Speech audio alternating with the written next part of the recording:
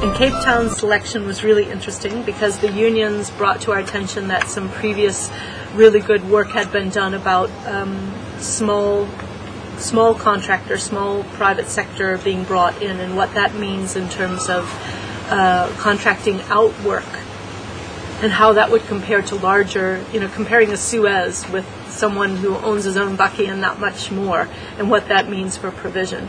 So we've looked at informal sanitation in Cape Town and what that tells us about the role of the private sector. The focus is on outsourcing of sanitation services within informal settlements, with an emphasis on bucket systems, which are not just your black buckets, but includes chemical toilets, what we call container toilets, which are effectively 100-litre rectangular buckets, and a technology called porta potties. Main findings is that effectively there's been no real strategic planning, as well as effectively lack of complete regulation of the service providers as well as the in-house service delivery. So there's a significant failure on the part of at least the municipality to plan and regulate for sanitation services at a very basic level. So the basic and sub-basic sanitation services within the city of Cape Town.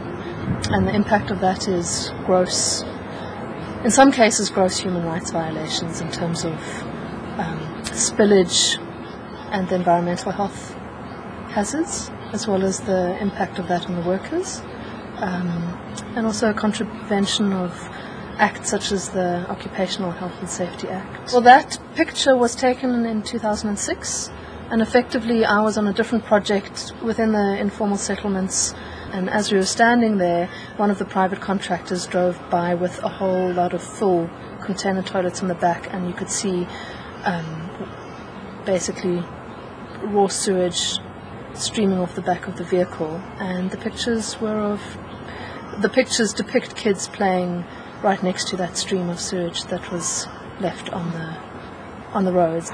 Outsourcing presupposes a capacity to regulate, and what the Cape Town study has shown beyond any doubt is again a complete and utter disaster in terms of the outsourcing, that the quality of the service that's been delivered is in breach of most health and safety legislation. By common consent, it's a disaster.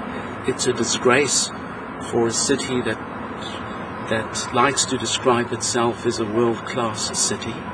It's a disgrace, given the wealth of Cape Town, to have, this isn't Dickensian, this is feudal conditions alongside the enormous wealth of Cape Town, and that few politicians and managers know about what's going on, and those that do don't seem to be particularly concerned. I think in this context it's important to mention that something like 2.5 years ago, a much smaller scale study was done involving SAMWU as part of the Municipal Services Project, and most of the evidence that we collected then was in the form of slides, and we organized a meeting with a senior councillor and very senior managers within the city of Cape Town. They were shocked by what they saw. They were horrified by what they saw. To a person, they agreed that something needs to be done, and done urgently, and they committed themselves to doing all sorts of things.